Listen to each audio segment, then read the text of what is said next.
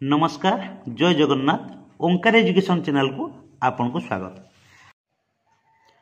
आज मु आपण मानक पई एक ऑथेंटिक इन्फॉर्मेशन वीडियो नहीं आसी।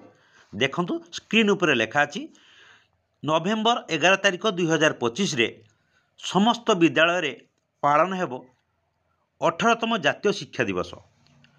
स्वाधीन भारतर प्रथम शिक्षा मंत्री डॉक्टर मौलाना अबुल कलाम आजाद 137तम जन्म जयंती को आम 18तम जातीय शिक्षा दिवस रूपे आम पालन करने को जाऊँ।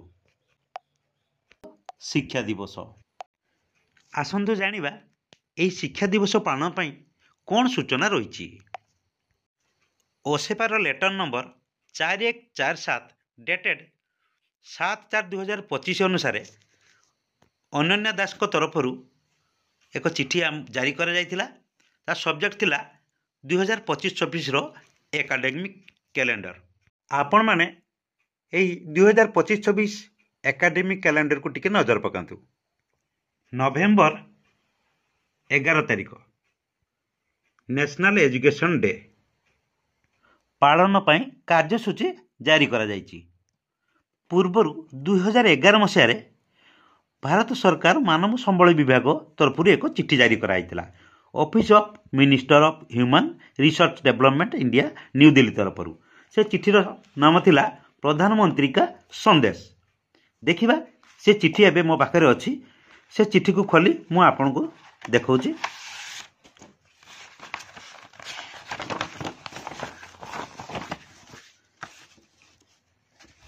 दुई 2011 मसीह प्रथम थर office of minister of human research development India new Delhi को द्वारा प्रधानमंत्री का संदेश नाम रे एक चिठी जारी करा जायतिला। तत्कालीन प्रधानमंत्री डॉक्टर मनमोहन सिंह को द्वारा भारत वर्षर समस्त राज्य को यही प्रधानमंत्री को संदेश चिठी प्रेरण करा जायतिला। एही चिठी रे उल्लेख थिला जे आम देशर प्रथम शिक्षा मंत्री मौलाना अबुल कलाम आजाद जन्मदिन को जातीय शिक्षा दिवस रूपे पालन करा जिवो। मौलाना अबुल कलाम आजाद स्वाधीन भारतर प्रथम शिक्षा मंत्री रूपे कार्यभार ग्रहण करिया परे से एमिति एक भारत पई स्वप्न देखिथिले जेउटी प्रत्येक नागरिक पढ़ी लेखि पारिबो।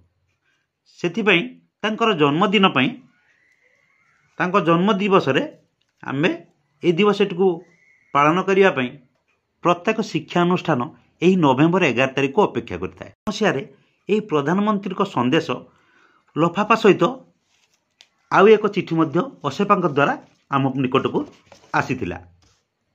ए चिठी उपर टिके नजर पकांतु। Odisha primary education programme authority letter number रही 7936 डेटेड 5/11/2011। चिठीटी समस्त डिस्ट्रिक्ट प्रोजेक्ट कोऑर्डिनेटर को जारी करा जायछि। सब्जेक्ट रही observation of national education day. Reference letter number दिया जायछि 7901 डेटेड 4/11/2011। ए चिठी उपरे आपण टिके संपूर्ण नजर पकांतु। ए चिठी आपण पई बहुत इनफॉर्मेटिव हे पारे। तेणु ए चिठी आधार रे आमे प्रति वर्ष नवेम्बर 11 तारिख को जातीय शिक्षा दिवस रूपे पालन करिबा। भारत स्वाधीन होला परे देशर शिक्षार उन्नति पई अबुल कलाम बहु अवदान रही सरकार द्वारा नवेम्बर 11 को जातीय शिक्षा दिवस रूपे पालन करा जायता है। यही दिवसटी जेहेतु शिक्षा सहित जड़ित रही तेणु आंबे माने नवेम्बर 11 तारिख रे निश्चय निज निज विद्यालय मानकरे यही शिक्षा दिवस को पालन करिबा। एपरि लागिला कमेंट सेक्शन रे निश्चय कमेंट देबे। जदि भिडियोटी पसंद आसी थाए तेबे अन्य शिक्षक शिक्षयित्री मानकु शेयर करबा संगे संगे आम चैनल को सब्सक्राइब करने को केबे भूलिबेनी। आज पई एतिकी। धन्यवाद।